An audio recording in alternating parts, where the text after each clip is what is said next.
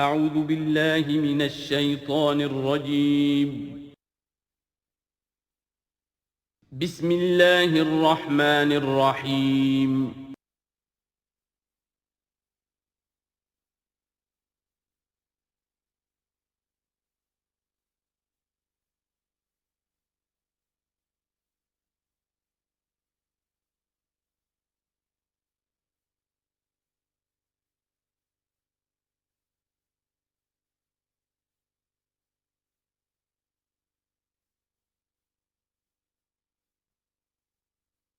اعوذ باللہ من الشیطان الرجیم بسم اللہ الرحمن الرحیم الیہ یرد علم الساعة وما تخرج من ثمرات من اکمامها وما تحمل من انثى ولا تضع الا بعلمه ویوم ینادیہم این شرکائی قالوا آذناک ما منا من شہید وضل عنہم ما كانوا يدعون من قبل وظنوا ما لهم من محیص صدق اللہ العظیم۔ اللہ ہی کے حوالے ہے قیامت کا علم کہ قیامت کب آئے گی۔ وما تخرج من ثمرات، اور جو بھی نکلتا ہے میووں میں سے ان کے غلافوں کے اندر سے، وما تحمل من انثی، اور جو بھی کوئی مادہ اٹھاتی ہے اپنے پیٹ میں حمل، ولا تضع، اور نہ ہی وہ اس کو جنتی ہے، الا بعلمہ، مگر وہ اللہ کے علم میں ہوتا ہے۔ اور اس کو صرف انسانوں پر نہ سمجھیے، تو تمام حیوانات کا معاملہ ہے۔ اسی لیے یہاں پر عورت کا نام نہیں لیا گیا، بلکہ یہ کہ جو بھی ہے، من انثیٰ، جو بھی ہے۔ وَيَوْمَ يُنَادِيهِمْ أَيْنَ شُرَكَائِي، اور جب اس دن کے پکارے گا انہیں کہ کہاں ہے میرے وہ شریک، قَالُوا آذَنَّاكَ مَا مِنَّا مِن شَهِيدٍ، تو وہ کہیں گے ہم نے تو آپ سے عرض کر دیا ہے، ہم میں سے کوئی بھی اس کا اقرار نہیں کرتا کہ ہمارا کوئی شریک ہے۔ یعنی یہ کہ اس وقت وہ بالکل ایسے بے بس ہو جائیں گے کہ وہ نہیں کہہ سکیں گے کہ ہم نے واقعتاً کسی کو سمجھا تھا کہ وہ ہمارا سہارا ہوگا۔ وَضَلَّ عَنْهُمْ مَا كَانُوا يَدْعُونَ مِن قَبْلُ، اور گم ہو جائیں گے ان سے، ان کے ہاتھوں کے طوطے اڑ جائیں گے جن کو وہ پکارا کرتے تھے اس سے پہلے۔ وَظَنُّوا مَا لَهُم مِّن مَّحِيصٍ، اور انہیں یقین آ جائے گا کہ اب کوئی خلاصی کی کوئی شکل نہیں ہے، یہاں سے نجات پانے کی کوئی صورت نہیں۔ لا يسأم الانسان من دعاء الخیر، انسان نہیں تھکتا ہے خیر مانگتے ہوئے، اگر اس کے پاس دولت ہے اور مانگے گا، اور نعمتیں ہیں اور مانگے گا۔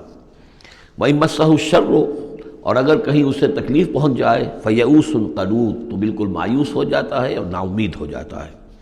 وَلَئِنْ أَذَقْنَاهُ رَحْمَةً مِنَّا مِن بَعْدِ ضَرَّاءَ مَسَّتْهُ، اور اگر ہم انہیں اپنی رحمت کا مزہ چکھا دے اس کے بعد کہ اسے کوئی تکلیف پہنچی تھی، لَيَقُولَنَّ هَٰذَا لِي، تو وہ کہے گا یہ تو میرا ہے ہی، یہ تو میری اپنی صلاحیت ہے، میں نے اپنے مسائل کو حل کر لیا، میں نے جتنی بھی مشکلات تھیں میں نے بڑے اپنے ناخن تدبیر سے تمام عقدے حل کر لیے۔ وَمَا أَظُنُّ السَّاعَةَ قَائِمَةً، یہ بالکل وہی الفاظ ہیں کہ جو سورہ کہف میں آئے ہیں کہ دو اشخاص کا مکالمہ ہوا تھا، میں نہیں سمجھتا کہ قیامت وغیرہ کوئی قائم ہونے والی شے ہے۔ وَلَئِن رُجِعْتُ، وہاں رُدِدْتُ تو ہے، یہاں رُجِعْتُ ہے، اور اگر مجھے لوٹا ہی دیا گیا، گویا کہ بالفرض جیسا کہ تم کہتے ہو، اگر واقعتاً ہو ہی گیا، اول تو میرا گمان نہیں ہے، یہ ڈکوسلا سا معلوم ہوتا ہے مجھے، اگر ہو ہی گیا، اِلیٰ رَبِّی إِنَّ لِی عِندَهُ لَلْحُسْنَىٰ، تو میرے لیے تو پھر وہاں اور اچھائی ہوگی، اس لیے کہ جب یہاں مجھے نوازا ہے، اللہ نے سب کچھ دیا ہے، عزت دی ہے، پیسے دیے ہیں، دولت دی ہے، اولاد دی ہے، تو ظاہر بات ہے کہ میرے اندر کچھ ہے جو اسے پسند آیا ہے، تو یہ کہاں چلا جائے گا؟ میرے اندر جو خیر ہے، جو میرے اندر اللہ تعالیٰ کی محبوبیت کی کوئی چیز ہے، تو وہ وہاں بھی قائم رہے گی اور اللہ تعالیٰ وہاں بھی مجھے دے گا۔ فَلَنُنَبِّئَنَّ الَّذِينَ كَفَرُوا بِمَا عَمِلُوا، تو پھر ہم پوری طریقے سے جتلا دیں گے ان کافروں کو جو کچھ کے عمل انہوں نے کیے ہوں گے۔ وَلَنُذِيقَنَّهُم مِّنْ عَذَابٍ غَلِيظٍ، اور انہیں لازماً مزہ چکھائیں گے بہت ہی گاڑھے عذاب کا۔ وَإِذَا أَنْعَمْنَا عَلَى الْإِنسَانِ أَعْرَضَ وَنَأَىٰ بِجَانِبِهِ، اور جب ہم انسان پر نعمتوں کی بارش کر دیتے ہیں تو پھر وہ ذرا اپنا رخ پھیر لیتا ہے اور اپنی جانب ایک جانب کو مڑ جاتا ہے، پہلو موڑ لیتا ہے۔ وَإِذَا مَسَّهُ الشَّرُّ فَذُو دُعَاءٍ عَرِيضٍ، اور جب کوئی تکلیف اسے پہنچتی ہے تو بڑی لمبی چوڑی دعائیں کرنے لگتا ہے۔ قُلْ أَرَأَيْتُمْ إِنْ كَانَ مِنْ عِنْدِ اللَّهِ ثُمَّ كَفَرْتُمْ بِهِ، اے نبی ان سے کہیے کہ ذرا سوچو، تھوڑی دیر کے لیے فرض کر لو کہ یہ جو میں پیش کر رہا ہوں قرآن یہ اللہ ہی کی طرف سے ہو، امکان تو ہے نا، 1%، 2%، 3%، کسی درجے میں تو امکان ہے۔ ثُمَّ كَفَرْتُمْ بِهِ، اور پھر تم نے اس کا کفر کیا، من اضل ممن هو فی شقاق بعید، تو کون ہوگا زیادہ بھٹکا ہوا اس سے کہ جو اس طرح کی زدہ کے اندر جا پڑا ہے۔ یعنی سوچو ذرا، غور کرو، جیسے اس سے پہلے آیا ہے کہ کہ میں تم سے کہتا ہوں ایک ایک کر کے، دو دو کر کے، اکیلے اکیلے، دو دو مل کر گفتگو کرو، سوچو سمجھو کہ کیا اس شخص کے اندر کوئی دیوانگی کے آثار ہیں، کوئی ان کے اندر کوئی کبھی ان کی زندگی کے اندر اس سے پہلے جو 40 برس ان کو تمہارے درمیان بسر کی ہے کبھی کوئی جھوٹ بولا ہے۔ اب یہ آخری مرتبہ پھر قرآن مجید کا ذکر آ رہا ہے، اور یہ سب سے اہم ہے ہمارے اس موجودہ دور کے لحاظ سے۔ سَنُرِيهِمْ آيَاتِنَا فِي الْآفَاقِ وَفِي أَنفُسِهِمْ حَتَّى يَتَبَيَّنَ لَهُمْ أَنَّهُ الْحَقُّ۔ ان قریب ہم انہیں دکھائیں گے اپنی آیات، آفاق میں بھی، یہ پوری کائنات جو ہے، آسمان اور زمین، آفاق، وفی انفسہم، ان کی اپنی جانوں کے اندر بھی، حتیٰ یتبین لہم انہ الحق، یہاں تک کہ یہ بات بالکل واضح ہو جائے گی ان کے لیے، مبرہن ہو جائے گی کہ یہ قرآن حق ہے۔ اس سے اشارہ ہو رہا ہے اس معلومات کے ایکسپلوژن کی طرف کہ جو آج ہو رہا ہے، اور یہ کوئی زیادہ پرانی بات نہیں ہے، یہ زیادہ یوں سمجھیے کہ یہ سائنس کی ڈیولپمنٹ 200 برس کا ہے معاملہ، اور اس میں بھی جو ایکسپلوژن ہوا ہے یہ تو ہاف سینچری سے زیادہ کا مسئلہ نہیں، اسی کے اندر ہوا ہے۔ اور اصل میں آج کے دور میں قرآن مجید کے اعجاز کو ثابت کرنے کے لیے کہ یہ معجزہ ہے، سب سے اہم پہلو یہ ہے۔ تو میں نے جو تعارفی گفتگو کی تھی اس دورہ ترجمہ قرآن سے پہلے، تو میں نے عرض کیا تھا کہ قرآن مجید کے اعجاز کے پہلو بے شمار ہیں، کس کس پہلو سے قرآن معجزہ ہے ہم اس کا احصار نہیں کر سکتے، لیکن موٹی بات یہ سمجھ لیجئے کہ جب قرآن نازل ہوا ہے تو اس کا معجزہ ہونا سب سے زیادہ اس اعتبار سے تھا کہ اپنی ادبیت، اپنی فصاحت، اپنی بلاغت کے اعتبار سے معجزہ تھا، اور اسی پہلو سے چیلنج کیا گیا۔ تمہارے ہاں شعراء ہیں، تمہارے ہاں خطباء ہیں، تمہارے ہاں ادب کا بڑا ذوق ہے، وہ اس جیسی ایک صورت بنا کر لے آؤ۔ باقی یہ کہ نہ بھی سائنسی معلومات تھی ان کے پاس، دوسرے یہ کہ جو فینومینا آف دی نیچر ہیں قرآن میں، جو آسمان زمین دیکھو، اب ظاہر بات ہے اس وقت وہ آدمی کیا دیکھ رہا تھا، اپنی ننگی آنکھ سے جو کوئی دیکھتا تھا وہی دیکھ رہا تھا نا، لیکن آج انسان دیکھ رہا ہے ٹیلیسکوپس کی مدد سے، آج انسان دیکھ رہا ہے مائکروسکوپس کی مدد سے، الیکٹرانک مائکروسکوپ سے، آج جو انسان کے معلومات کا ذریعہ جو ہے، تو گویا کہ وہ آیات الہیہ جو قرآن مجید میں جن کے اشارے کر دیے گئے، ان کو جو 1400 برس قبل کا انسان دیکھ رہا تھا اور جو انہیں آج کا انسان دیکھ رہا ہے، وہ زمین و آسمان کا فرق ہے۔ اور ہوتے ہوتے یہ ثابت ہوتا چلا جا رہا ہے کہ جو کچھ قرآن مجید نے کہا تھا وہی حق ہے۔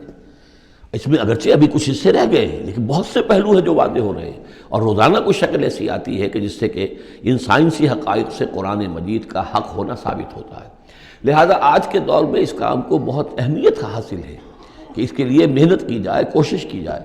اب اتفاق کی بات ہے کہ یہ کام کیا بھی ہمارے ہاں، تو بہرحال جو سب سے بڑی نمایاں کتاب ہے وہ ایک فرینچ سرجن نے کیا، وہ ایمان لے آئے، مورس بکائی، لیکن یہ کہ کسی مسلمان کو یہ توفیق نہیں ہوئی کہ وہ مطالعہ کرتا ان سائنسز کا، اور ان کے حوالے سے پھر وہ کمپیریٹو اسٹڈی کرتا بائبل اور قرآن کے مابین، اور پھر کہتا اور دعوے کے ساتھ کہہ سکتا کہ سائنسی جو بھی انکشافات آج تک ہوئے ہیں قرآن کا ایک حرف بھی غلط ثابت نہیں ہوا۔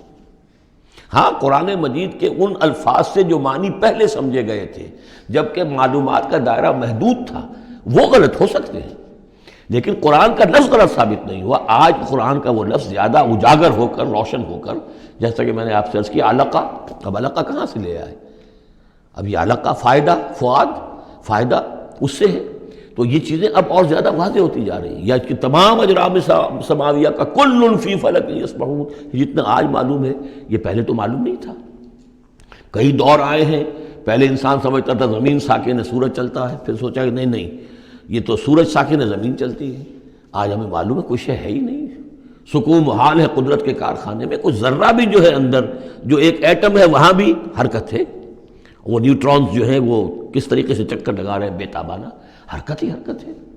تو اس اعتبار سے قرآن مجید جدید سائنسی اکتشافات کے ذریعے سے جس طریقے سے اس کے حقائق مبرہن ہو رہے ہیں، اس پر زیادہ توجہ کی ضرورت۔ البتہ اس میں تکلف کرنا اور زبردستی کرنا نہیں، جہاں وہ بات ابھی واضح نہیں، اب صاف مان لو، جو بھی ہم سورہ آل عمران میں پڑھ آئے ہیں کہ یہ بات ابھی واضح نہیں ہے، لیکن ہمیں یقین ہے کل من عند ربنا، یہ سب اللہ کی طرف سے ہے۔ وقت آئے گا کہ ثابت ہو جائے گا کہ جو کچھ قرآن نے جو الفاظ استعمال کیے تھے، جو حقیقت منکشف ہوگی، وہ عین ان الفاظ میں صحیح فٹ ہو جائے گی، اگرچہ ابھی ہم اس کی وضاحت نہیں سمجھ سکتے۔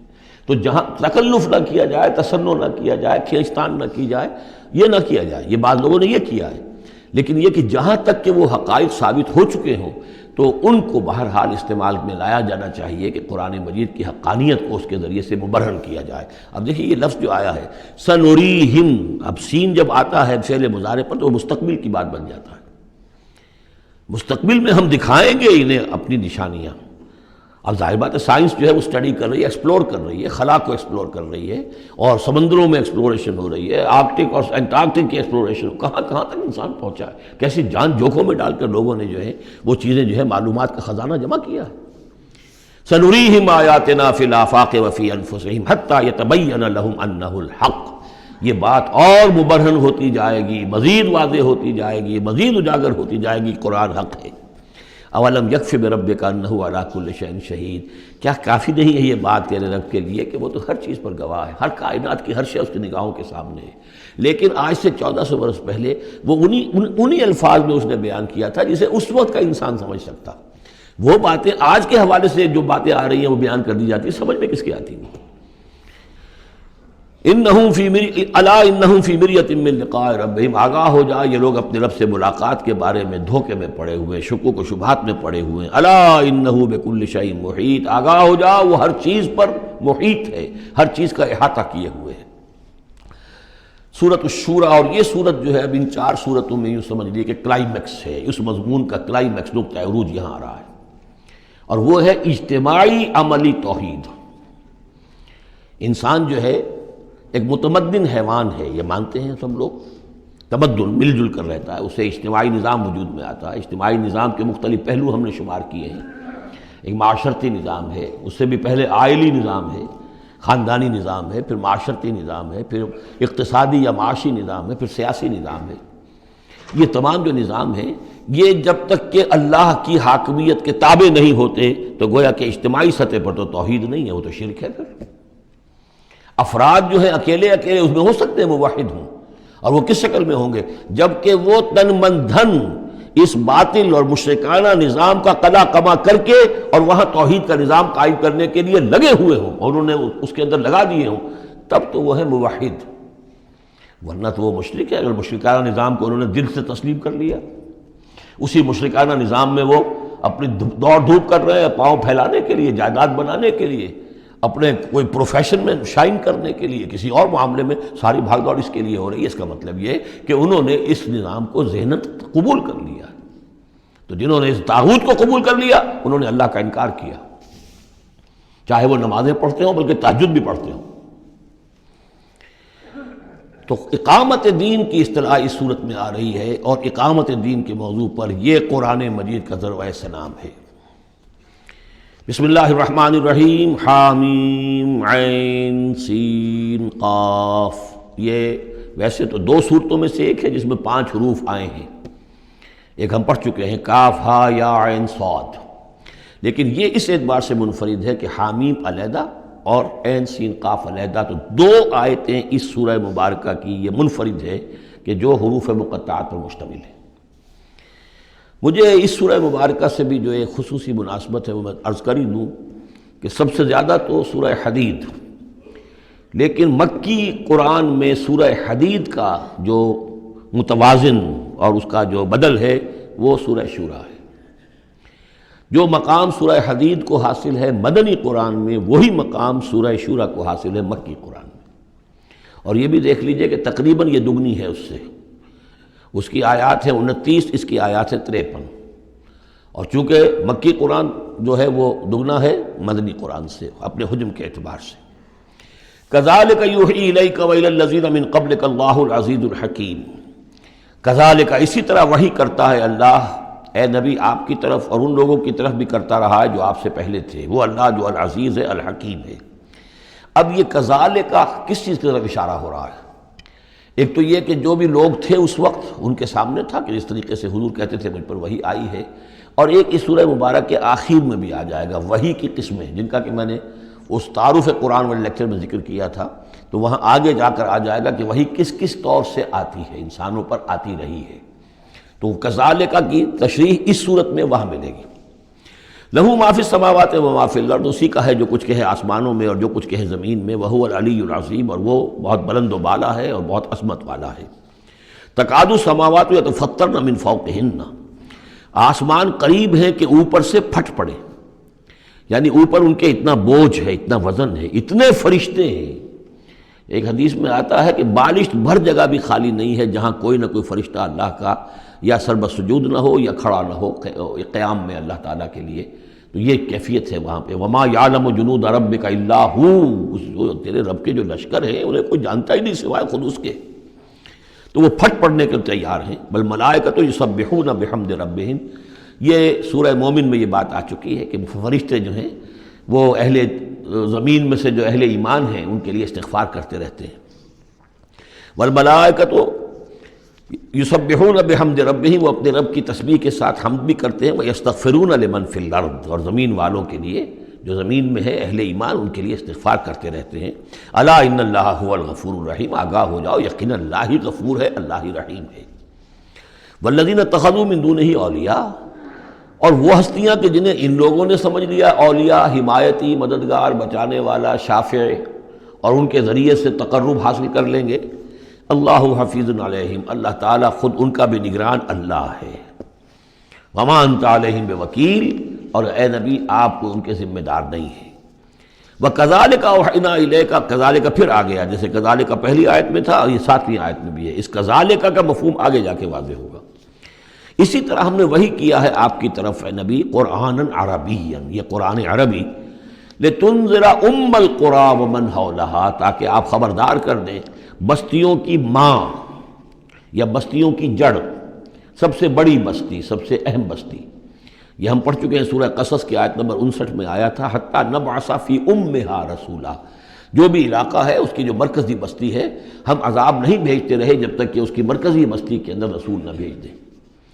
تو اب یہ ام القری ہے، جو مکے جو عرب کے لیے ام القری ہے، ویسے یہ پوری دنیا کا ام القری ہے۔ لتنذر ام القری، اگر حضرت آدم واقعتاً یہ بات صحیح ہے کہ بیت اللہ حضرت آدم کا بنایا ہوا ہے، تو معلوم ہوا کہ پوری دنیا کا جو ہے واقعتاً ام القری پھر یہی ہے۔ بیت العتیق، بہت پرانا گھر، تاکہ آپ خبردار کریں ام القری کے رہنے والوں کو، ومن حولہا، اور جو ان کے ارد گرد ہیں۔ یہ مفہوم پہلے بھی آ چکا، میں نے عرض کیا ارد گرد جو ہے وہ تو دائرے کھینچتے جائیے تو پوری دنیا اس میں آ جائے گی۔ وَتُنذِرَ يَوْمَ الْجَمْعِ، اور خبردار کرنا ہے اس جمع ہونے والے دن، قیامت کا دن، لا ریب فیہ، جس میں کوئی شک نہیں ہے، فریق فی الجنت، ایک گروہ ہوگا جو جنت میں جائے گا، وہ فریق فی السعیر، اور ایک جماعت ہوگی کہ جو جہنم میں جائے گی۔ وَلَوْ شَاءَ اللَّهُ لَجَعَلَهُمْ أُمَّةً وَاحِدَةً، اگر اللہ چاہتا تو انہیں ایک ہی امت بنا دیتا، سبھی مومن ہوتے۔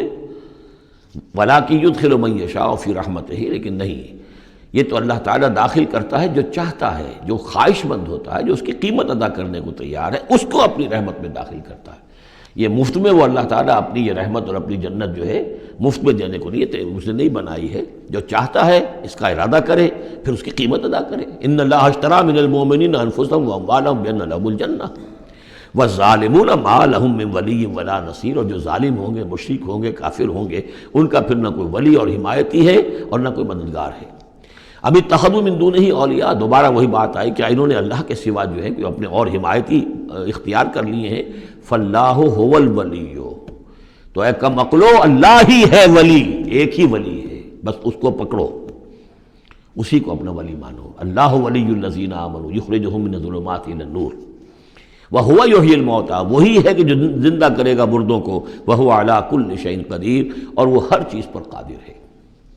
وَمَا اخْتَلَفْتُمْ فِيهِ مِنْ شَيْءٍ فَحُكْمُهُ إِلَى اللَّهِ، یہاں سے اب مضمون شروع ہو رہا، اس کی تمہید بن رہی ہے۔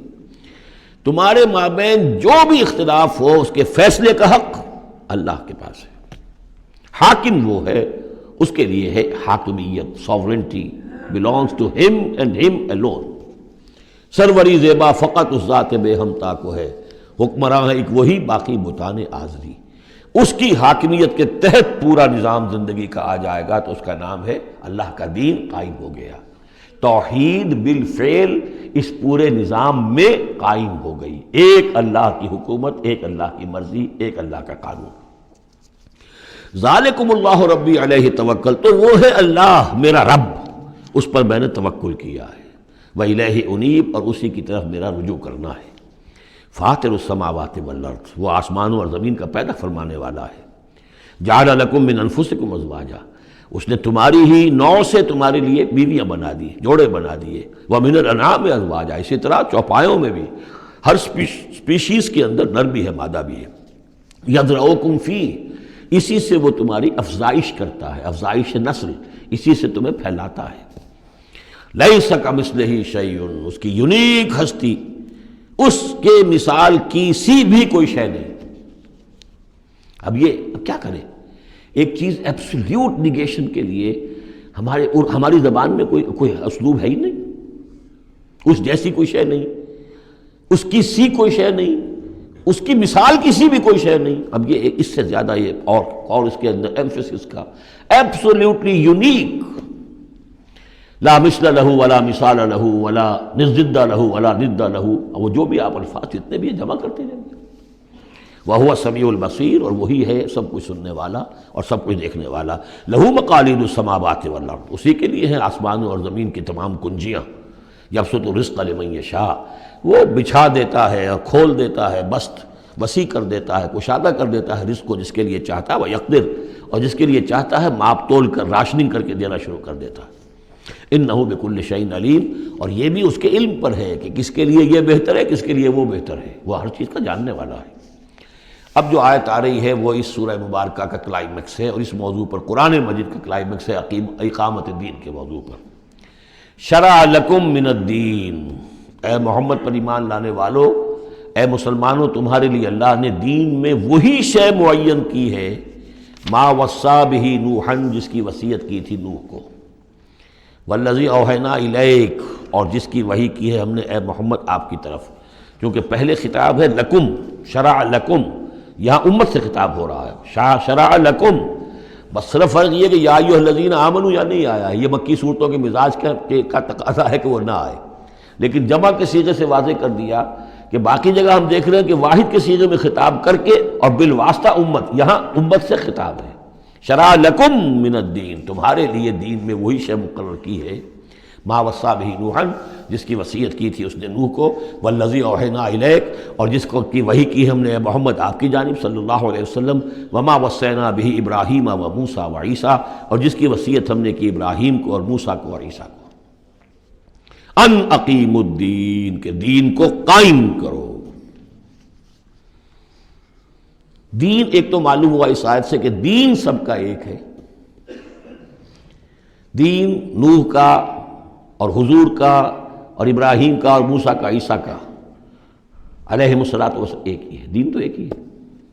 ان ھذہ امتکم امۃ واحدۃ وانا ربکم فاعبدون، دین تو ایک ہی ہے، شریعتیں مختلف ہیں لیکن دین کو قائم کرو۔ موسیٰ کے دور میں ان پر یہ فرض تھا کہ دین کو قائم کرو، اس کے لیے لڑو، جاؤ، جنگ کرو اور اس خطہ زمین کو حاصل کرو جس پر اللہ کا دین قائم کر سکو۔ تو صحیح سب کی یہی تھی، جد و جہد یہی تھی، توحید کا وہ تقاضا تھا کہ صرف انفرادی طور پر، اول تو یہ کہ صرف عقیدے میں نہیں، اپنے بھی عمل میں توحید جو ہے قبول کرو اور اختیار کرو، اور عمل میں بھی صرف انفرادی نہیں، اجتماعی توحید کو برپا کرنے کے لیے قائم کرنے کی جد و جہد کرو۔ ان اقیموا الدین ولا تتفرقوا فیہ، دین میں تفرقے میں مبتلا نہ ہو جاؤ۔ الذین فرقوا دینہم، یہ ہم پڑھ چکے ہیں، دین کو پھاڑ دینا، کہ زندگی کے ایک حصے میں اللہ کا حکم مانا جا رہا ہے، دوسرے حصے میں کسی اور کا مانا جا رہا ہے، یہ تفرقہ۔ یا دوسرا تفرقہ کہ آپ اختلاف کر سکتے ہیں کہ رفع یدین زیادہ ثابت ہے، میں کرتا ہوں، کسی کی رائے ہے کہ نہیں امام ابو حنیفہ کا موقف جو ہے وہ زیادہ صحیح ہے، وہ نہیں کرتا، کوئی حرج نہیں۔ لیکن دین میں، دین ایک ہے، دلیل ہوگی اللہ اور اس کے رسول کی، دین میں فرق نہیں ہے۔ وہ تو چاہے حنفی ہیں، مالکی ہیں، شافعی ہیں، حنبلی ہیں، سلفی ہیں، دین تو سب کا ایک ہے، اسلام۔ اسی طرح شریعت موسوی اور بھی کسی اور کی ہوگی، شریعت محمدی، دین سب کا ایک، اس میں تفرقہ نہیں ہونا چاہیے۔ دین کو قائم کرنے کی جد و جہد کرو، ولا تتفرقوا فی، دین میں تفرقہ نہ ہو۔ یہ ہے وہ اقامت دین کی فرضیت۔ اس میں چونکہ عام طور پر ترجمہ جو ہے شاید آپ کے پاس بھی ہو تو قائم رکھو دین کو کر دیا گیا ہے، وہ بھی صحیح ہے۔ دو ہی سچویشن ممکن ہے، یا تو دین قائم ہے تو اسے قائم رکھو، صحیح ہے۔ خیمہ اگر کھڑا ہے تو کھڑا رکھا جائے گا کہ آندھی آ رہی ہے تو آپ اس کی رسیوں کو پکڑ رہے ہیں، اس کے بانسوں کو پکڑ کر کھڑے ہو رہے ہیں تاکہ خیمہ گر نہ جائے، اس کو قائم رکھو۔ خیمہ گر گیا تو کھڑا کرو، اب اثر نو سے آپ ریکٹ کریں گے۔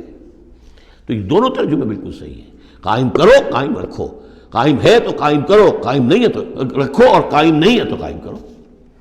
ان اقیموا الدین ولا تتفرقوا فیہ کبر علی المشرکین ما تدعوہم الیہ، بہت بھاری ہے یہ مشرکین پر بات جس کی طرف اے نبی آپ ان کو بلا رہے ہیں۔ انہوں نے تو زندگی تقسیم کی ہوئی ہے، جو خدا کا ہے وہ خدا کو دو، اور جو قیصر کا ہے وہ قیصر کو دو، حکومت کا ہے وہ حکومت کو دو، اور جو مولوی کا حق ہے وہ مولوی کو دو۔ اب یہ تقسیم ہے جس پر دنیا چل رہی ہے، اور اس پر اگر فرض کیجئے علماء بھی راضی ہو گئے، ٹھیک ہے ہمیں تو جو کچھ ہے وہ مل ہی رہا ہے نا، تو وہ تو پھر گویا کہ اس دین کی تلفی ہو گئی۔ جس نے اس تقسیم کے اوپر اپنے دل کو مطمئن کر لیا، جس نے ریکنسائل کر لیا ذہناً اپنے آپ کو اس تقسیم کے ساتھ، اس کا پھر اللہ سے کوئی تعلق نہیں۔ کبر علی المشرکین ما تدعوہم، اسی وجہ سے آتا ہے نا دو جگہ، اور ایک دفعہ تو ہم پڑھ چکے ہیں سورہ توبہ کے اندر، هو الذی ارسل رسولہ بالہدی ودین الحق لیظہرہ علی الدین کلہ ولو کرہ المشرکون، چاہے یہ مشرکوں کو کتنا ہی ناگوار ہو، لیکن اللہ نے محمد کو بھیجا ہی اس لیے ہے تاکہ وہ دین کو پورے کے پورے نظام زندگی پر غالب کرے، چاہے مشرکوں کو کتنا ناگوار ہو، مشرک تو پسند نہیں کرے گا اس کو۔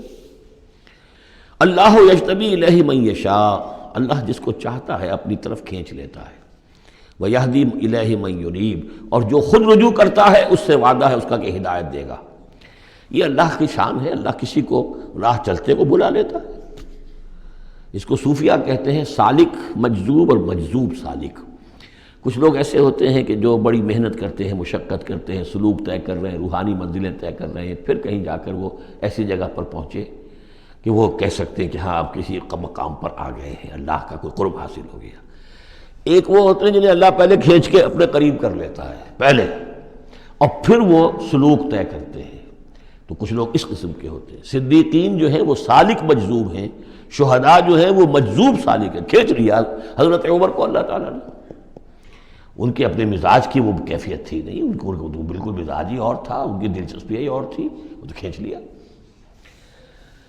وَمَا تَفَرَّقُوا إِلَّا مِن بَعْدِ مَا جَاءَهُمُ الْعِلْمُ بَغْيًا بَيْنَهُمْ، اور انہوں نے تفرقہ نہیں کیا اور یہ نہیں تقسیم ہوئے مگر اس کے بعد کہ ان کے پاس علم آ چکا تھا۔ اب یہ جو اقامت دین کا دعوت لے کر حضور کھڑے ہوئے، تو ایک تو ان کے مخاطبین مشرک تھے، فرمایا کہ اے مشرک، اے نبی صلی اللہ علیہ وسلم، یہ مشرکین کے لیے تو ہے ہی بہت مشکل بات کہ آپ کی بات کو قبول کر سکے، کبر علی المشرکین ما تدعوہم الیہ، تو بہت بعید ہے اس سے۔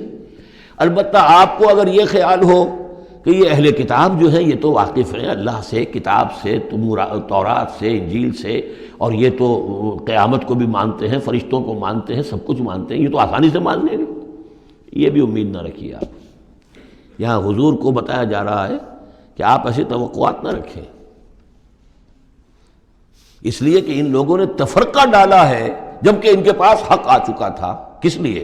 وَمَا تَفَرَّقُوا إِلَّا مِن بَعْدِ مَا جَاءَهُمُ الْعِلْمُ بَغْيًا بَيْنَهُمْ، یہ آپس میں زندم زدہ ہے، آپس میں کون اوپر اور کون نیچے کی بحث میں یہ پڑے ہوئے ہیں، تو یہ آپ کو کیسے اوپر مان لیں گے؟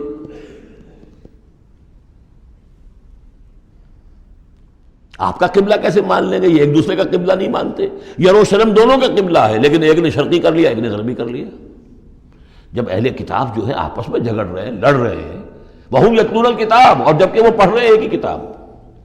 قالت اليہود لیست النصارى علی شیء وقالت النصارى لیست اليہود علی شیء وَهُمْ يَتْلُونَ الْكِتَابَ، تو اے نبی آپ کو کیسے مان لیں گے؟ یہاں توقع نہ رکھیے، توقع اگر ہوتی ہے انسان کو تو پھر مایوسی ہوتی ہے۔ Be prepared for the worst, پھر جو اللہ کی طرف سے آ گیا اس کے اوپر شکر ادا کیجیے، امید نہ رکھیے، امید زیادہ رکھیں گے تو جلدی مایوس ہو جائیں گے، تھک جائیں گے۔ کبر علی المشرکین، اب یہ دیکھیے اقامت دین کی جد و جہد اتنی مشکل شے ہے کہ حضور سے کہا جا رہا ہے کہ آپ جلدی کامیابی کی توقع نہ رکھیں۔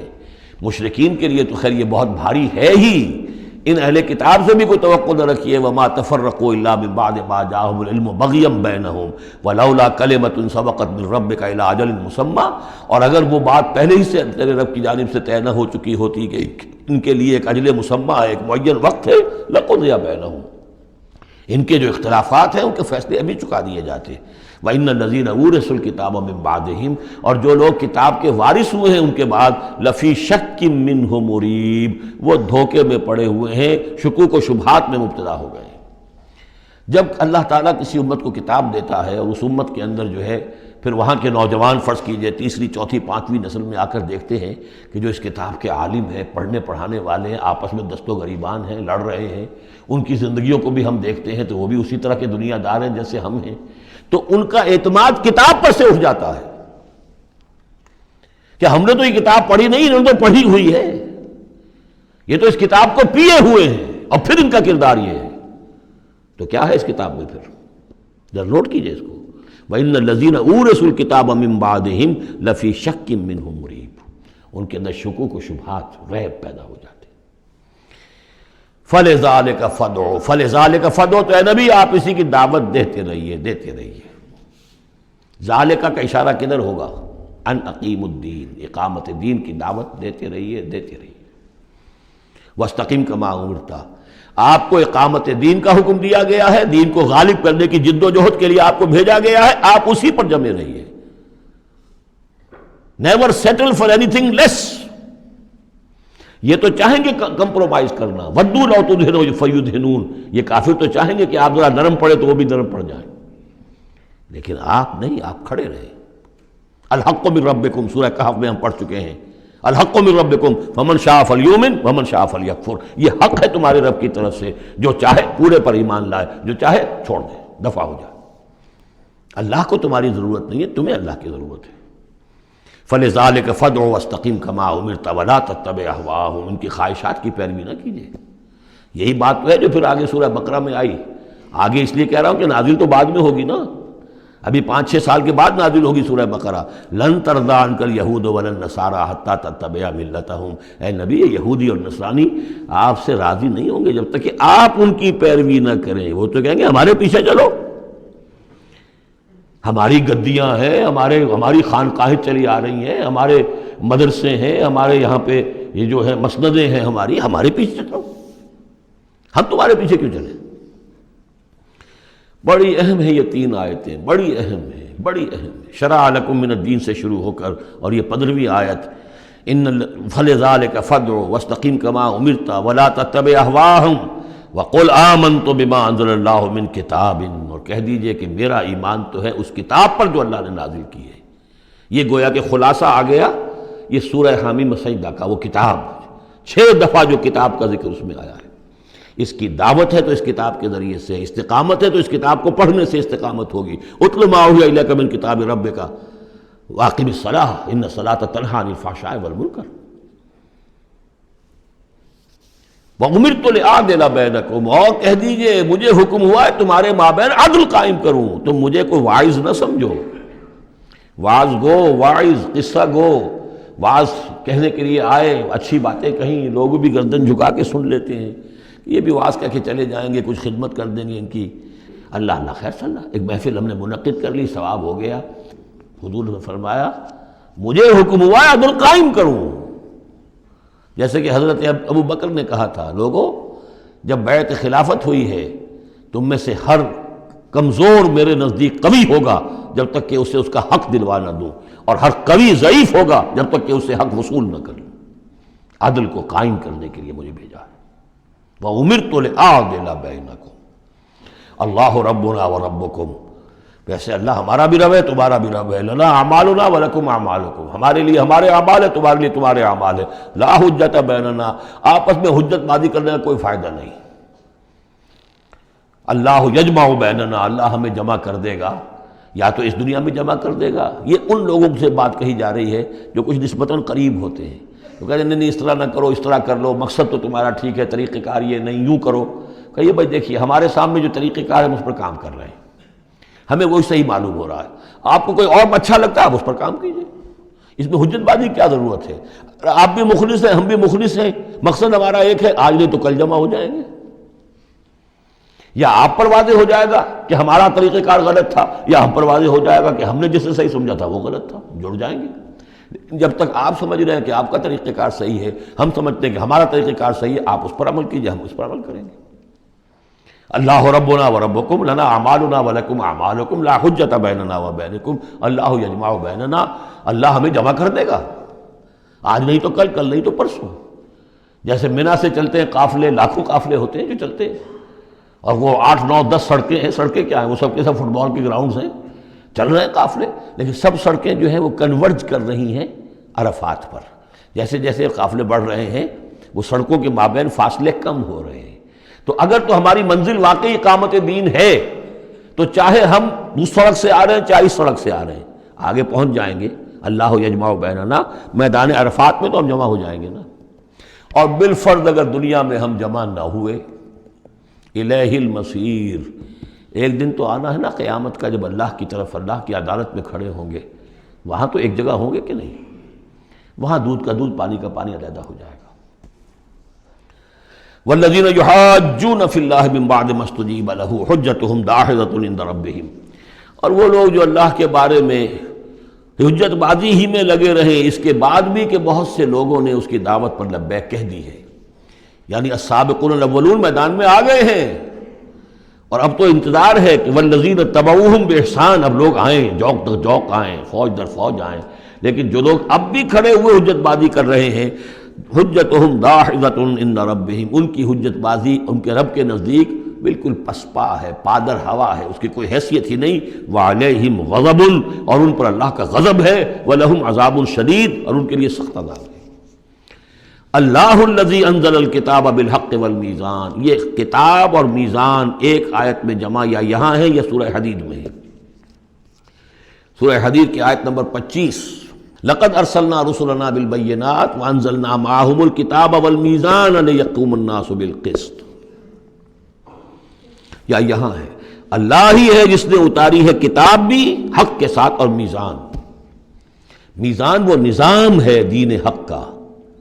کتاب نے حق مقرر کر دیا ہے، میزان تول کر دیتی ہے. پھر اللہ نے دین کو مقرر کر دیا، لیکن دین کا نظام جب تک نہیں ہوگا تو دین کے مطابق فیصلے کیسے ہوں گے؟ اللہ نے تمہیں کتاب بھی دی ہے، نظام دیا ہے، میزان دی ہے. وما یدریک لعل الساعۃ قریب، کیا پتا کہ قیامت قریب آئی کھڑی ہو. اور الساعۃ سے مراد میری قیامت تو میری موت ہے. تم اگر اس میزان کو نصب کرنے کے لیے تن من دھن نہیں لگا رہے ہو تو کیا پتا مہلت عمل کل ختم ہو جائے. کیا پتا ہم میں سے کسی کو کل صبح کا سورج دیکھنا نصیب نہ ہو، کیا پتا. تاخیر و تعویق میں وقت ضائع کرنا سب سے بڑی حماقت ہے. یستعجل بها الذین لا یؤمنون بها، اس قیامت کے لیے جلدی مچا رہے ہیں وہ لوگ کہ جو اس پر ایمان نہیں رکھتے. والذین آمنوا مشفقون منها، جو ایمان رکھتے ہیں وہ تو اس سے ڈرتے ہیں، لرزاں و ترساں رہتے ہیں. جو سورہ نور میں ہم نے پڑھا، یخافون یوما تتقلب فیہ القلوب والابصار، وہ لوگ تو اس مقام میں بلند پر پہنچنے کے باوجود لرزاں و ترساں رہتے ہیں اس دن کے خیال سے جس دن اپنے پروردگار کے حضور کھڑے ہونا ہوگا. والذین آمنوا مشفقون منها ویعلمون ان الحق، وہ جانتے ہیں کہ وہ حق ہے، آ کر رہے گی. الا ان الذین یمارون فی الساعۃ لفی ضلال بعید، آگاہ ہو جاؤ جو لوگ قیامت کے بارے میں جھگڑتے ہیں اور اس میں شک و شبہ کرتے ہیں وہ بڑی دور کی گمراہی میں پڑ چکے ہیں. اللہ لطیف بعبادہ یرزق من یشاء، اللہ بہت باریک بین ہے اپنے بندوں کے لیے اور وہ رزق دیتا ہے جس کو چاہتا ہے. یعنی اقامت دین کی جد و جہد میں یہ فکر نہ تمہیں ہو کہ کیا کھائیں گے کیا پئیں گے. میں آپ کو حضرت مسیح کا وہ قول بھی سنا چکا ہوں جو متی کی انجیل میں ہے. کیوں فکر کرتے ہو کیا کھاؤ گے اور پیو گے؟ کیا جنگل کی چڑیاں جو ہیں جو نہ ہل چلاتی ہیں نہ بوتی ہیں نہ کاٹتی ہیں لیکن صبح کو اپنے گھونسلوں سے نکلتی ہیں اور شام کو آسودہ ہو کر واپس آتی ہیں، تو وہ رب جو ان کو کھلاتا پلاتا ہے وہ تمہیں نہیں کھلائے گا؟ کیوں تشویش کرتے ہو کہ کیا پہنیں گے؟ جنگل کی سوسن کو نہیں دیکھتے کہ جیسا خوبصورت لباس اللہ نے اسے دیا ہے. سلیمان بھی اپنی ساری شان و شوکت کے باوجود ویسی پوشاک نہیں رکھتا تھا. تو جو اس گھاس کو یہ سب کچھ دے رہا ہے جو آج ہے اور کل جلا دی جائے گی، کیا وہ تمہیں نہیں، تمہارا تن نہیں ڈھانکے گا؟ لیکن تمہیں ایمان نہیں ہے. تو فرمایا اللہ لطیف ہے اپنے بندوں کے لیے. ایک دفعہ یکسو ہو کر فیصلہ تو کرو کہ اب اپنے آپ کو وقف کرنا ہے اس کام کے لیے. اللہ تعالیٰ وہاں سے رزق دے گا جہاں سے تمہیں گمان تک نہیں ہوگا. من یتق اللہ یجعل لہ مخرجا ویرزقہ من حیث لا یحتسب. لیکن اس کے لیے اللہ پر ایمان ضروری ہے، توکل ضروری ہے. ہاں تھوڑا سا اللہ تعالیٰ امتحان بھی لے لیتا ہے، سختیاں بھی آ جاتی ہیں، امتحان پھر آدمی ثابت کر دے کہ میں تو یکسو ہوں. اے اللہ اب میں نے فیصلہ کر لیا، اللہ پھر راستے کھول دیتا ہے۔ وَهُوَ الْقَوِيُّ الْعَزِيزُ، وہ تو بہت قوی ہے، زبردست ہے۔ اب یہ جو مضمون آگے آ رہا ہے یہ وہ ہے جس کی کلائمیکس ہم پڑھ چکے ہیں سورہ بنی اسرائیل میں، من کان یرید العاجلۃ عجلنا له فیہا ما نشاء لمن نرید، یہاں وہی مضمون مختصر آ رہا ہے۔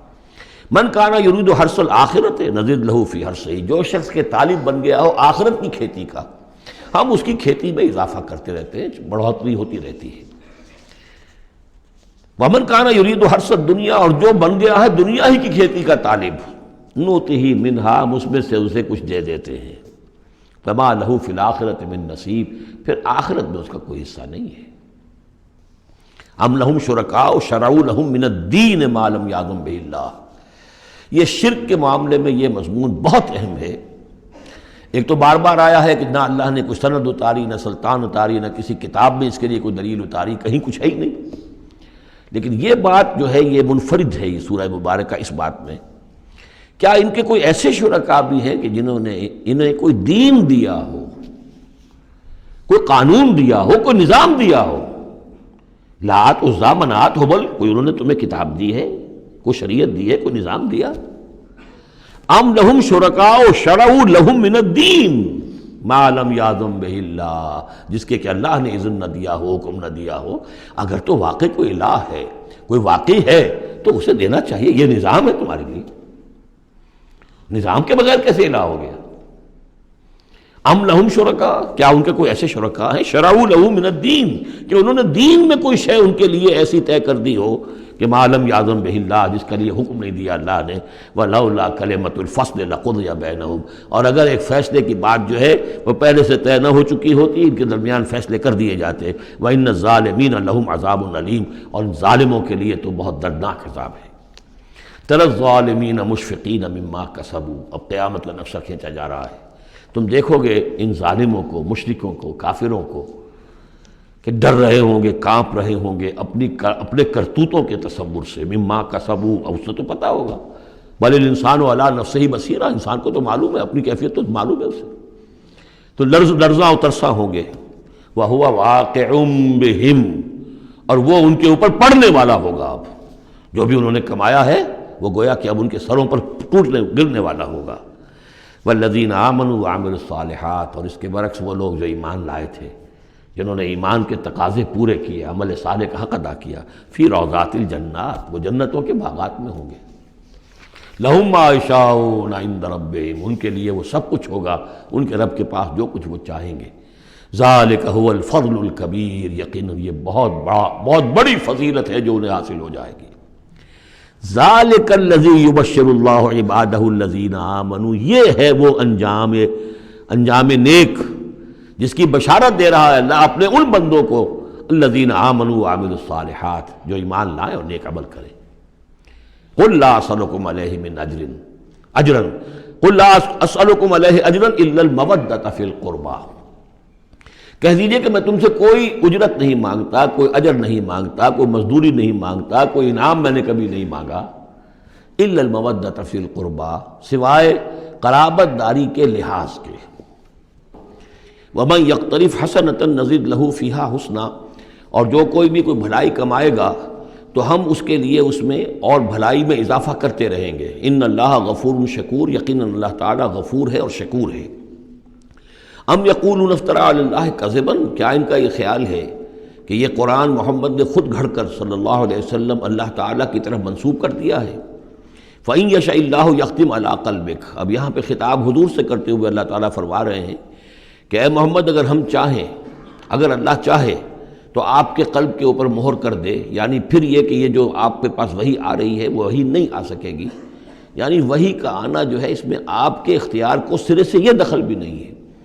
کجا یہ کہ آپ اس کو بنائیں، گھڑیں اور اس کو خود تصنیف کریں، یہ تو بالکل خالصتاً آپ کے لیے وہبی شے ہے۔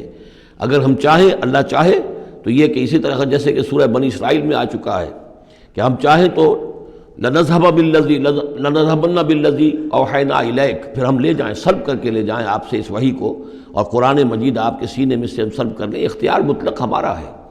ان کو بتایا جا رہا ہے کہ اس میں محمد الرسول اللہ صلی اللہ علیہ وسلم کا شخصی طور پر کوئی دخل نہیں۔ وَيَمْحُ اللَّهُ الْبَاطِلَ وَيُحِقُّ الْحَقَّ بِكَلِمَاتِهِ، اور اللہ تعالیٰ باطل کو تو محو کر دیتا ہے، مٹا دیتا ہے، اور حق کا حق ہونا اپنی باتوں سے اپنے کلمات سے ثابت فرما دیتا ہے.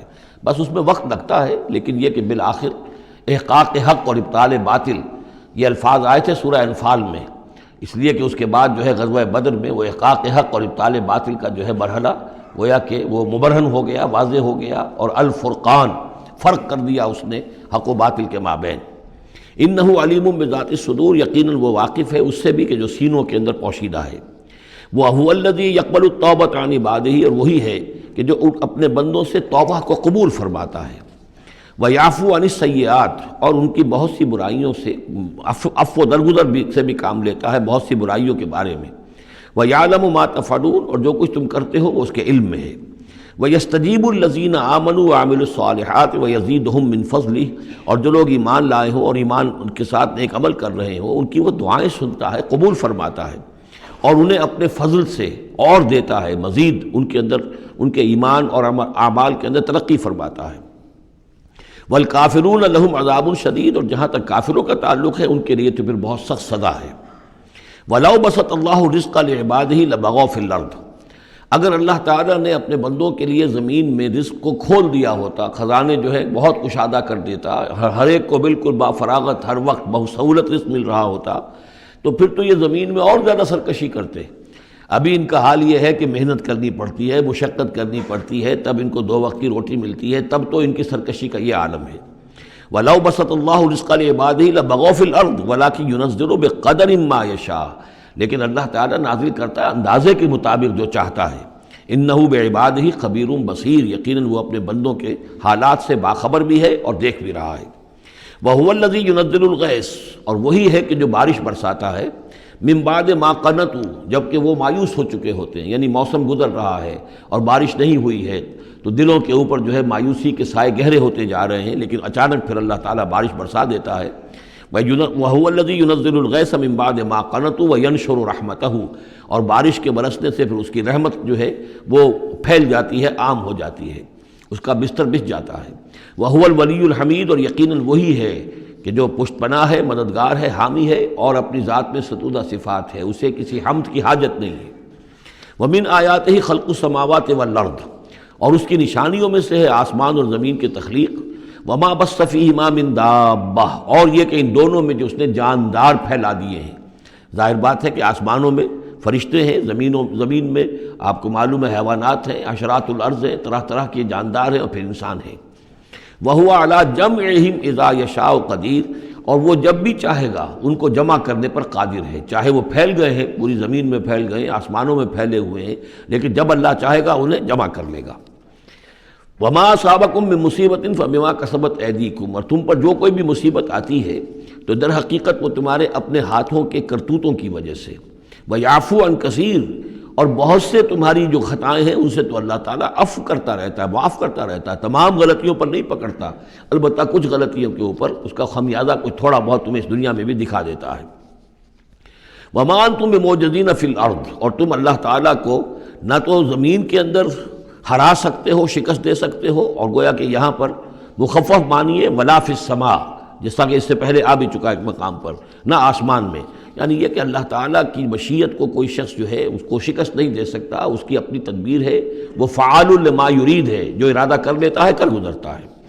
وَمَا لَكُم مِّن دُونِ اللَّهِ مِن وَلِيٍّ وَلَا نَصِيرٍ، اور نہیں ہے تمہارے لیے اللہ کے سوا کوئی ولی اور نہ مددگار. وَمِنْ آيَاتِهِ الْجَوَارِ فِي الْبَحْرِ كَالْأَعْلَامِ، اور اس کی نشانیوں میں سے وہ جہاز بھی ہیں جو چلتے ہیں دریاؤں میں اور سمندر میں، اور ایسے ہیں جیسے پہاڑ ایسے جہاز، بڑے بڑے جہاز. ان یشاء یسکن الریح، اگر اللہ چاہے تو وہ ہوا کو کھڑا کر دے، ہوا کو ساکن کر دے. اس لیے کہ ظاہر بات ہے یہ بادبانی جہاز ہوتے تھے جو چلتے تھے اور ہوا ہی انہیں لے کر چلتی تھی. ان یشاء یسکن الریح، اگر اللہ چاہے تو وہ ہوا جو ہے ساکن ہو جائے. فیظللن رواکد علی ظہرہ، تو پھر وہ کھڑے کے کھڑے رہ جائیں گے سمندر کی پیٹھ پر، یعنی سمندر کے جو ہے پانی کی سطح پر وہ کھڑے رہ جائیں گے. ان فی ذلک لآیات لکل صبار شکور، یقیناً اس میں نشانیاں ہیں ان سب لوگوں کے لیے جو صبر کرنے والے ہوں اور جو شکر کرنے والے ہوں. او یوبقہن بما کسبوا، یا پھر اللہ تعالیٰ ان کو غرق کر دے، تباہ کر دے ان جہازوں کو ان کے گناہوں کی پاداش میں، وَيَعْفُو عَنْ كَثِيرٍ، لیکن اللہ تعالیٰ بہت سی گناہوں سے اور بہت سی خطاؤں اور تقصیرات سے تو درگزر فرماتا رہتا ہے۔ وَيَعْلَمَ الَّذِينَ يُجَادِلُونَ فِي آيَاتِنَا مَا لَهُم مِّن مَّحِيصٍ، اور تاکہ انسان جان لے کہ جو ہماری آیات میں جو جھگڑا کر رہے ہیں، کٹ حجتیاں کر رہے ہیں، کہ ان کے لیے بھاگنے کی کوئی جگہ نہیں ہے۔ یہ مضامین جو آئے ہیں سورہ مبارکہ میں، وہ جو عام مکی صورتوں کے مضامین ہیں، وہی رد و قضا، وہی ان کے ساتھ گفتگو مشرکین کے ساتھ، کفار کے ساتھ۔ لیکن اب اس صورت کا اقامت دین، جو اس کا جو اصل جو ایکسس ہے، اس کا جو عمود ہے، اس کے اعتبار سے دوسرا نہایت اہم مقام اب آ رہا ہے۔ 8 آیات ہیں۔ اقامت دین کی جد و جہد کرنے والوں میں کیا اوصاف ہونے چاہیے؟ اگر یہ اوصاف نہیں ہوں گے تو وہ اقامت دین کی جد و جہد نہیں کر سکیں گے۔ تو یہاں پر نقشہ کھینچا جا رہا ہے اس سیرت کا، اس کردار کا، کہ جو لوگ یہ طے کر لیں کہ ان صلاتی و نسکی و محیای و مماتی للہ رب العالمین، جو اصولی طور پر ایک عزم کر لیں کہ اب ہمیں اپنی بہترین توانائیاں اور قوتیں صرف کرنی ہیں اللہ کے دین کو قائم کرنے کے لیے، تو ان کے اندر کیا اوصاف پیدا ہونے چاہیے۔ وہ جو علامہ اقبال کا ایک بڑا سادہ سا شعر ہے، ہو صداقت کے لیے جس دل میں مرنے کی تڑپ، پہلے اپنے پیکر خاکی میں جاں پیدا کرے۔ تو یہ اوصاف اپنے اندر پیدا کرو تاکہ تم اقامت دین کی جد و جہد کے لیے واقعتاً موضوع ہو سکو۔ پہلی بات، فما اوتیتم من شیء فمتاع الحیات الدنیا، جو شے بھی تمہیں دنیا میں دی گئی ہے بس وہ دنیا کی زندگی کا ساز و سامان ہے، برتنا ہے۔ وما عند اللہ خیر و ابقا، اور جو کچھ اللہ کے پاس ہے وہ خیر ہے اور باقی رہنے والا ہے۔ للذین آمنوا وعلی ربہم یتوکلون، ان لوگوں کے لیے کہ جو ایمان رکھتے ہو اور اللہ پر، اپنے رب پر توکل کریں۔ یعنی پہلی بات یہ کہ دنیا و ما فیہا سے ان کا قلبی تعلق جو ہے وہ اس طرح کا ہو جائے کہ اس کی کوئی اہمیت اور وقت ان کے دل میں نہ رہے، اور انہیں یقین ہو جائے کہ اصل میں ہمارا مطلوب آخرت ہے، ہمیں جو چاہیے وہ آخرت ہے، اور اس کی طلب ان کے دل کے اندر راسخ ہو چکی ہو۔ جب تک یہ بے رغبتی نہیں ہوگی دنیا سے، اگر کہیں بھی یہ دنیا کی محبت جو ہے کہیں وہ لگی ہوئی ہے، پھانس آپ کے دل میں چبھی ہوئی ہے، تو ہو سکتا ہے کہ وہ کہیں اڑنگا لگائے گی، اور آپ جو ہے اپنے خیال میں تو بڑی ترقی کر رہے ہیں اقامت دین کی جد و جہد میں، لیکن کہیں وہ ایسی اڑنگا لگائے گی کہ اوندھے منہ نیچے گریں گے۔ پہلا فیصلہ یہ ہے کہ آدمی طے کر لے کہ میں طالب آخرت ہوں یا طالب دنیا ہوں، اور نمبر 2 یہ کہ توکل اللہ پر۔ یہ ایک آیت کے اندر یہ 2 شرطیں آئیں۔ اب آگے چلیے، والذین یجتنبون کبائر الاسم والفواحش، اور وہ لوگ کہ جو اجتناب کرتے رہیں بڑے بڑے گناہوں سے اور بے حیائی کے کاموں سے۔ ظاہر بات ہے کہ اپنی سیرت کو ان چیزوں سے اگر پاک نہیں کریں گے تو اس قدم میں، اس میدان میں آگے نہیں بڑھ سکتے۔ لیکن یہاں دوبارہ نوٹ کر لیجئے کہ یہی مضمون سورہ نساء میں آ چکا ہے، ان تجتنبوا کبائر ما تنہون عنہ نکفر عنکم سیئاتکم وندخلکم مدخلا کریما۔ دوسری مرتبہ اب یہاں آ گیا ہے، یعنی یہ کہ اقامت دین کے جو جد و جہد کرنے والے ہوں انہیں کبائر کے بارے میں اصل میں زیادہ حساس ہونا چاہیے۔ صغائر کے معاملے میں جس قدر زیادہ حساس ہم ہو گئے ہیں وہ اصل میں ایک بالکل غلط رخ ہے۔ صغائر کے بارے میں کم اور کبائر کے بارے میں ہو اصل۔ صغائر تو از خود بھی ان الحسنات یذهبن السیئات، جو نیکیاں ہم کرتے ہیں اس سے خود بخود بھی وہ ایسے صغیرہ گناہ جو ہے معاف ہوتے چلے جاتے ہیں، لیکن ہو جاتا ہے الٹا برعکس ہو جاتا ہے معاملہ کہ ایک آدمی ان چیزوں میں تو بہت ہی جزرس ہو جائے اور بہت ہی باریک بین ہو جائے، لیکن جو حضرت مسیح کے الفاظ ہیں کہ مچھر تو چھانتے ہو اور سموچے اونٹ نکل جاتے ہو، یہ صورتحال جو ہے یہ بڑی ہی یوں سمجھیے کہ پیتھولوجیکل کنڈیشن ہے، یہ بیماری کی صورت ہے۔ یہ ہے کہ بڑے بڑے گناہوں سے اپنے آپ کو پاک کرو، اور فواحش سے اور بے حیائی سے۔ وَإِذَا مَا غَضِبُوا هُمْ يَغْفِرُونَ، اور یہ کہ اگر کبھی کہیں غصہ آ جائے، جیسا کہ ہم پڑھ چکے ہیں سورہ حامیم سجدہ میں بھی کہ وَإِمَّا يَنزَغَنَّكَ مِنَ الشَّيْطَانِ نَزْغٌ، وہ اگر شیطان کی کوئی چھوٹ لگنے ہی لگے تو فوراً اللہ کی پناہ طلب کرو۔ وَإِذَا مَا غَضِبُوا هُمْ يَغْفِرُونَ، جب انہیں غصہ آتا ہے تو اس غصے کو ڈھانپ دیتے ہیں، غصے کو پی جاتے ہیں۔ غفر کے معنی ڈھانپ دینا ہے، ویسے اس کے جو عام ترجمہ ہے معاف کر دیتے ہیں، بجائے اس کے کہ غصے میں کسی پر حملہ کریں اور کسی سے انتقام لیں، بلکہ اس کے اندر عفو کی صورت ہو جب غصہ آئے۔ ایک ہے سوچ سمجھ کر کوئی اقدام کرنا ہے، کوئی آپ نے چیلنج کرنا ہے کسی باطل کو اور اس میں کوئی آگے بڑھ کر آپ کو اقدام کرنا ہے، وہ اور بات ہے۔ ایک ہے کہ غصے میں آ کر کوئی اقدام کیا جائے۔ وَإِذَا مَا غَضِبُوا هُمْ يَغْفِرُونَ، تو وہ معاف کر دیتے ہیں، یا یوں کہیے غصے کو پی جاتے ہیں، یعنی غصے کے اوپر وہ پردہ ڈال دیتے ہیں۔ غفر جو ہے مغفر کہلاتا ہے خود، کہ جو سر کو ڈھانپ لیتا ہے تاکہ تلوار کا وار اگر سر پر آئے تو سر بچ جائے اور خود اس کو روک لے، تو مغفر، غفر کے معنی ڈھانپ دینا۔ گناہ کو ڈھانپ لینے والی شے ہے اللہ کی مغفرت۔ اسی طریقے پر یہ کہ وہ غصے کو پی جانے والے، والکاظمین الغیظ، یہ ہم پڑھ چکے ہیں سورہ آل عمران میں۔ نمبر آگے چلیے، والذین استجابوا لربہم، اور وہ لوگ کہ جنہوں نے اپنے رب کی پکار پر لبیک کہا۔ وہ پکار کون سی ہے؟ اس سورہ مبارکہ میں اب تک صرف ایک فعل امر آیا ہے جمع کے صیغے میں، ان اقیم الدین، اور ایک فعل نہیں آیا ہے جمع کے صیغے میں ولا تتفرقوا فی۔ پوری صورت میں اب تک نوٹ کر لیجئے گا جا کر۔